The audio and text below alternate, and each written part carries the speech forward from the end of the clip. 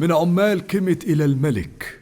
ضاقت بنا الأحوال يا سيدي، شهور طويلة اشتغلنا وتعبنا وأدينا واجبنا وقدمنا كل اللي نقدر عليه، ولسه ما خدناش حقوقنا لحد النهاردة. بيوتنا بقت خالية من الطعام، وولادنا بيواجهوا صعوبات بسببنا. عشان كده هنمتنع عن العمل لغاية ما تؤمر لنا بالحصول على مستحقاتنا. طلبات العمال كلها مشروعة يا مولاي.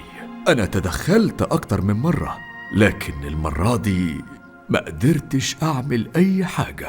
حتى لو الطلبات مشروعة أيها الكاهن، طريقة تنفيذها كانت غلط.